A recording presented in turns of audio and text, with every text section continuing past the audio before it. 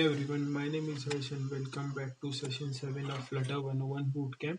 So I am assuming that you have viewed all the previous sessions which we have where we have explained you the basics of Flutter and how you can create a Flutter tic-tac-toe game. And now let's move towards today's session. The things which we'll be covering in today's session is that we'll be seeing how a form works or how a text form fields are there in Flutter. So how you can take or provide a user with a login or password fields, and then on click of a button you can run a particular function in the backend, and then you can take the user to the main screen. So we'll be working with all those things in this session. You can see here this is a basic Flutter app which is created when we run the Flutter create command. So I'll remove the code out of it which is not useful in this session, and removing this all floating action widget and the let's keep the center part and remove this text widgets inside it, and also this floating action button widgets. Now the app will be looking very basic and all the things will be removed from it. Now let's start with the text form field options. So for adding a text form field option, we have to type text form field and it will be displaying us with a text form field widget which we have to add here. Now what all things the text form field can have? So the first thing which it can have is an autocorrect. So this autocorrect will be working on the basis of your system autocorrect.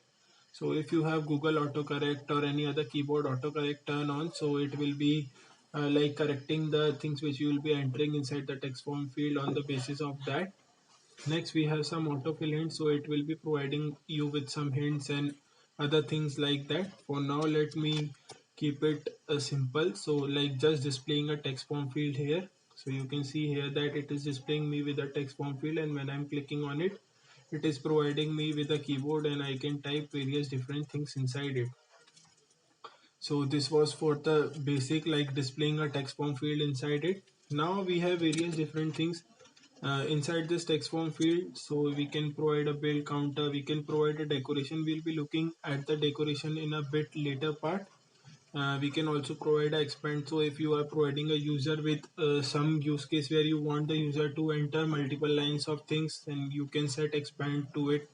You can provide a key to identify this particular text form field separately from other text form fields which are present. You can add a max length to it, so it will be like providing the user with a particular character limit which he can enter, or max length and so on. So if you are using a password field, so you can add an obscure text and you can set it to true. So whatever you will be entering inside this text form field, it will be setting all those values in the form of a what we can say the password characters. And I guess you can change these characters as well. So you can assign the obscuring character, and in place of star you can set dash, and I guess it will be setting all these values to dash. So this is how you can use the password field, or you can use assign password to what we can say a text form field.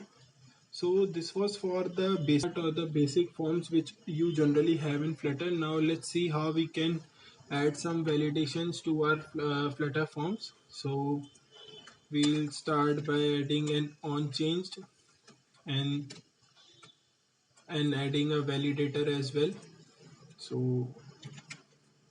So validator is basically something which validates if the function is running correctly, or if this text form field is accepting the values correctly on the basis of the things which we want it to have. And this onChange is a function which is running like every second. So if you are entering a new character, it will be running onChanged, and it will be updating or updating the things which you have passed inside this onChange. So let's first add these errors goes away. So now inside this brackets we need to pass a value. So value is something which you are entering inside the text form field, so we have assigned a value to it, and similarly inside the validator we need to pass the value as well. Now I'll print the value out.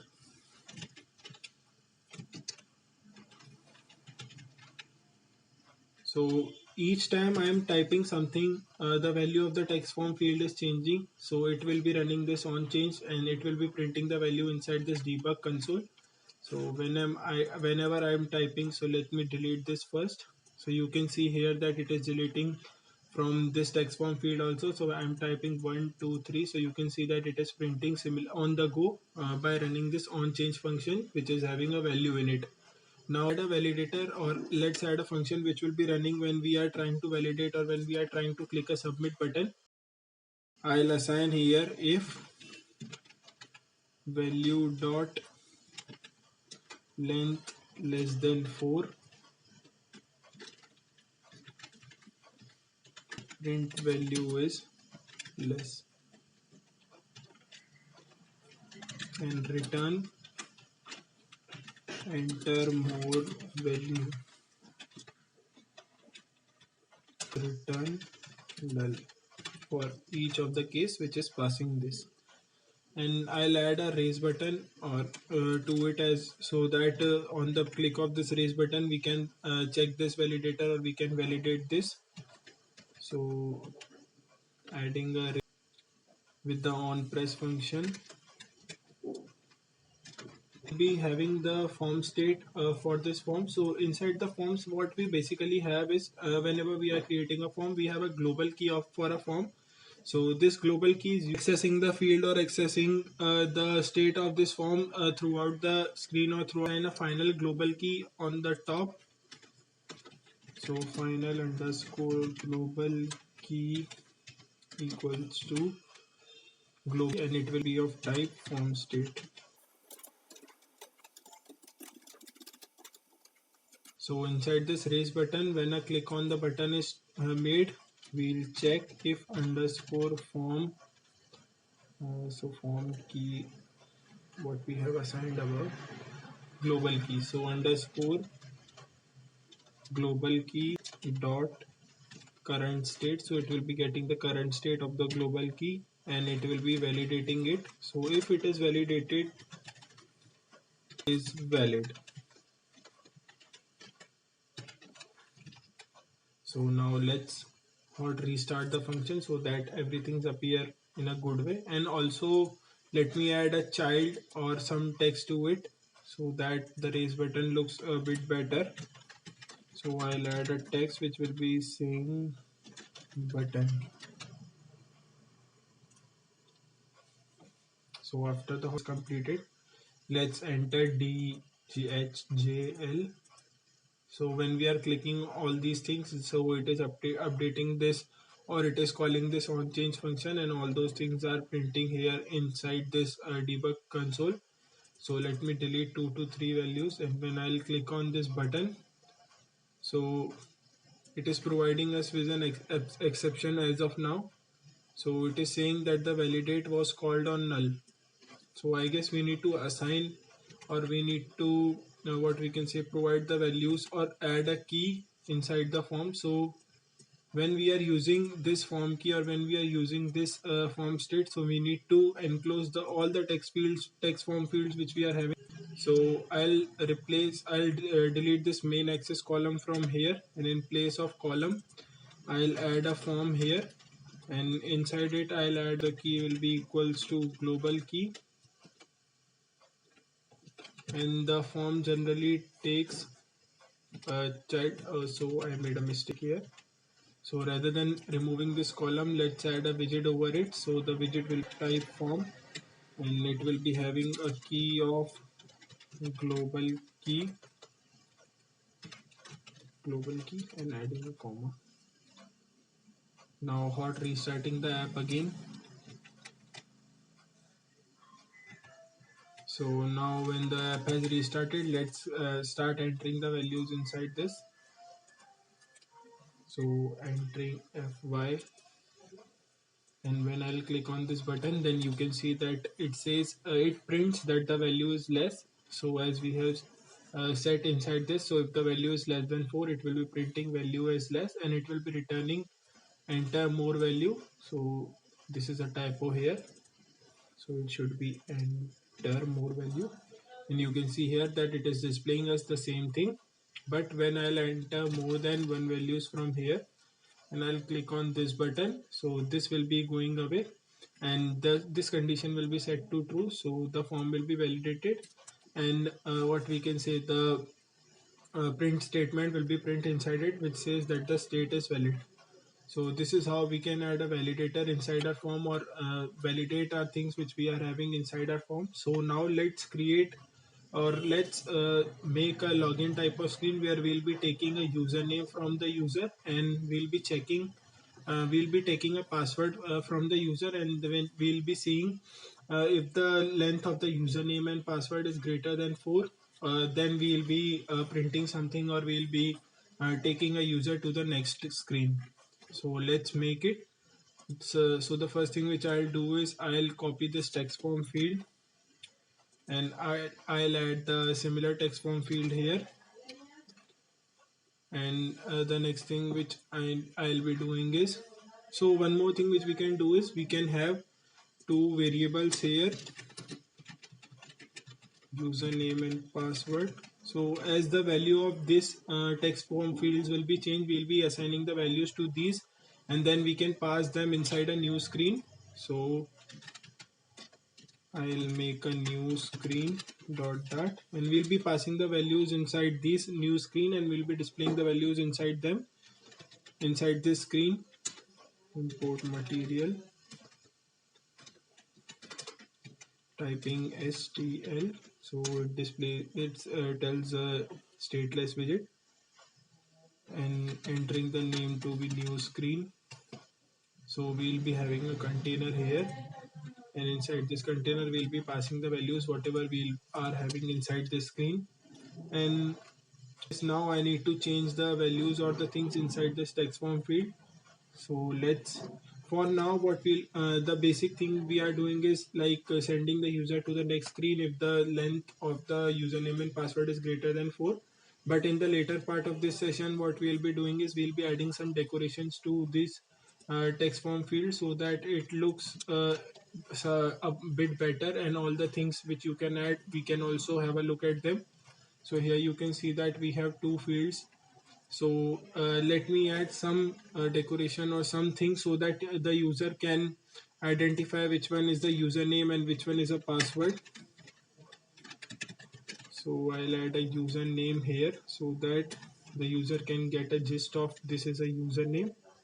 I'll add a sized box here with the height of 50, and adding another text named as password.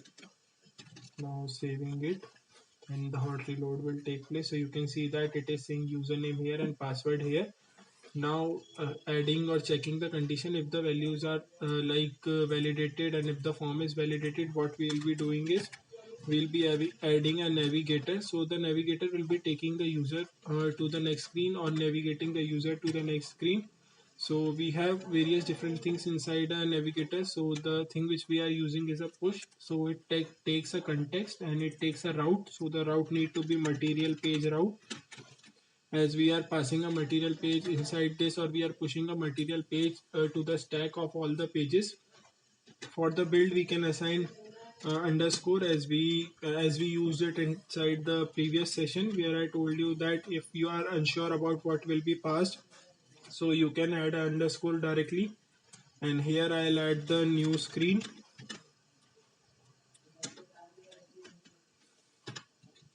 Next, what we need to do is, when the onChange value is running, so we need to assign the password value or the password variable to this value, and we have to do this similar thing for the username.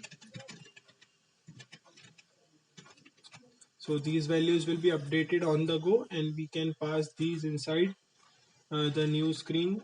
So adding username and password. So it is showing me that it is not taking any item, so I'll add a constructor here. So you can see that it has added a constructor here.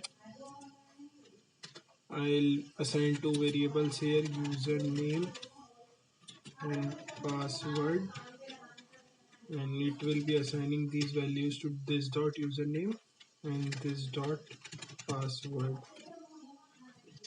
Oh sorry, this dot. Yes, so now the username is not there. Yes, So now I guess all the things are set and up and running. So I'll add a username here. So my username will be Harsh and my password will be 123456. One more thing, like if this is a password, we can turn the obscure text to be true so that it looks like a password. And when we'll click on this button, it will be checking that the state is valid and it has taken us to the new screen.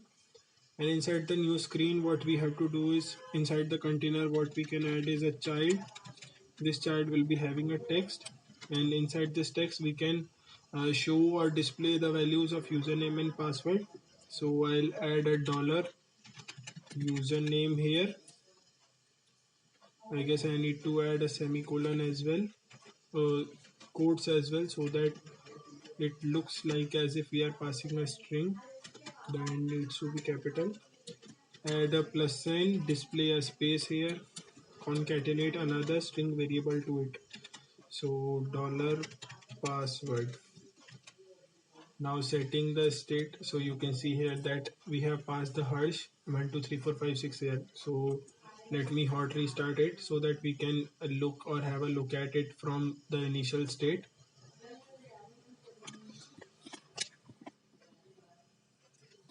Now you can see that the username and password field are displaying. When I am clicking on it, I am passing a random value to it. I am passing a random password to it. When I am clicking on this button, it is displaying me with those random values in a new screen. So this is how you can add a login screen or a sign up screen whenever you are making an application by using the form and text form fields inside your Flutter application. Now let's work on styling the text form fields which we are having. So let's move to the main.dart file. So first we'll be styling the username part. So inside the text form field we have a decoration.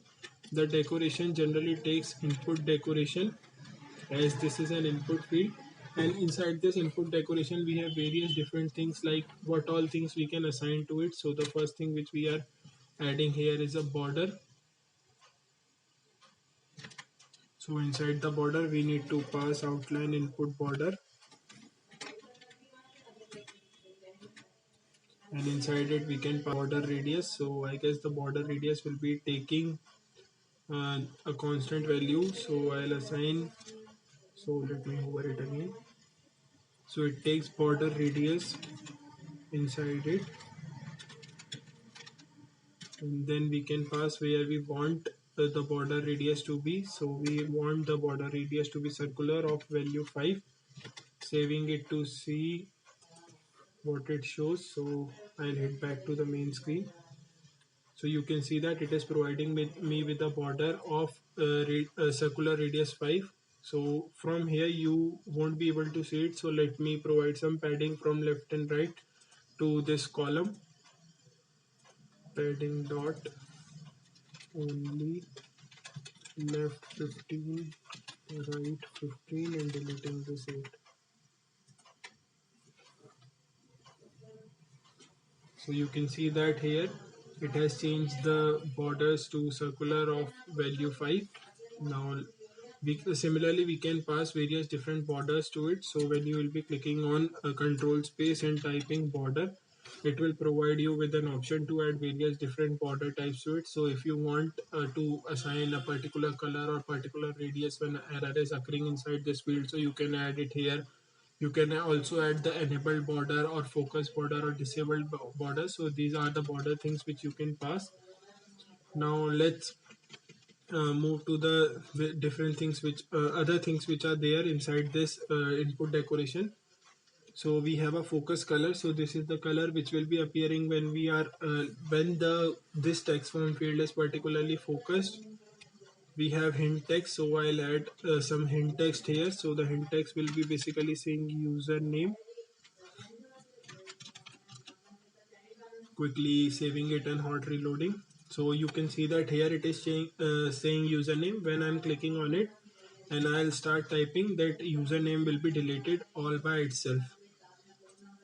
So now what all other things which we can add is that we can add the error maximum line. So the maximum lines of error which we want to display or we want to have we can have a prefix widget, and I guess similarly we have a suffix widget also. So we can also have a prefix icon.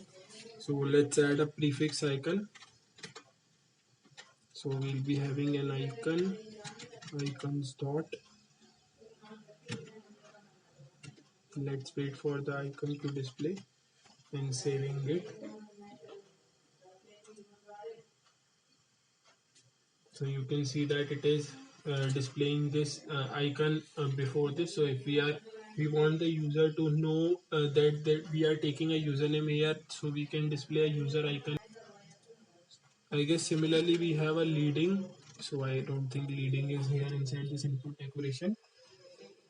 Now other things which we can add is that we can assign a fill color, we can see if the field is turned to true or not, we can add the counter text, we can add a suffix icon and the suffix similarly as we added the prefix icon, and there are various different things which you can try. So we have already seen how we can display all the input which we are entering inside this input decoration field, and we have also seen like how we can pass the values to the next screen, or how we can check or validate the different things which we are having inside the text form field.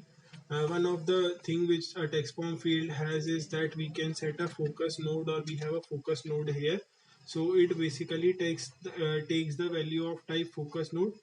So what a focus node basically do is whenever we are tapping on a button, it will be focusing on a particular text field.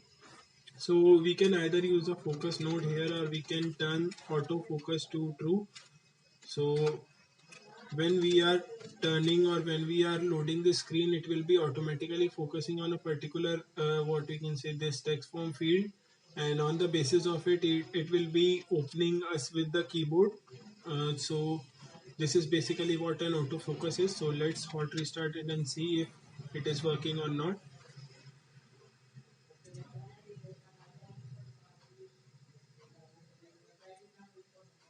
Let me close this. So for now you can see that here no keyboard is displaying, but when I'm hot restarting it, the keyboard will be automatically being displayed, and it will be setting the cursor to the username screen. So let's wait for the restart to take place again. So you can see here that it has automatically start displaying a keyboard here. One more thing which we can pass, or this is the last thing which we have for this session. So what we can pass is that we can also add a keyboard type inside this text form field. So keyboard type is basically if you are asking a user for an email, or if you are asking a user for only numbers, then you can assign a keyboard type to it. So let me show you. Keyboard type. The keyboard type takes the values of text input type. Text input type dot. So we can assign a date, time, email address, name, number. So I'll select number here. So as soon as hot reload will take place, the code will be formatted, and now when I'll be clicking on this username, it will be displaying me with this number keyboard. So I can assign or I can add numbers here. Now some of the more things which you can add, or which you have to explore, is that you can add a text input action. So an action which will be taking place when we are adding some text to it. You can add on tap function. So when we are tapping on this particular text form field, it will be taking or it will be running some function. You can add a cursor width, you can change the scroll padding, or you can add some padding to it. So these are the various different functions or various different things which you can pass inside a text form field and inside this form. And through this you can create various different forms according to yourself and according to your need. So for today what you can do is you can explore various different actions or various different things which are available inside this text form field, and then you can create different layouts according to your creativity, and make sure to share those layouts inside our Discord server so that other people can also get motivated through the things which you are working, and they can also create various similar like you.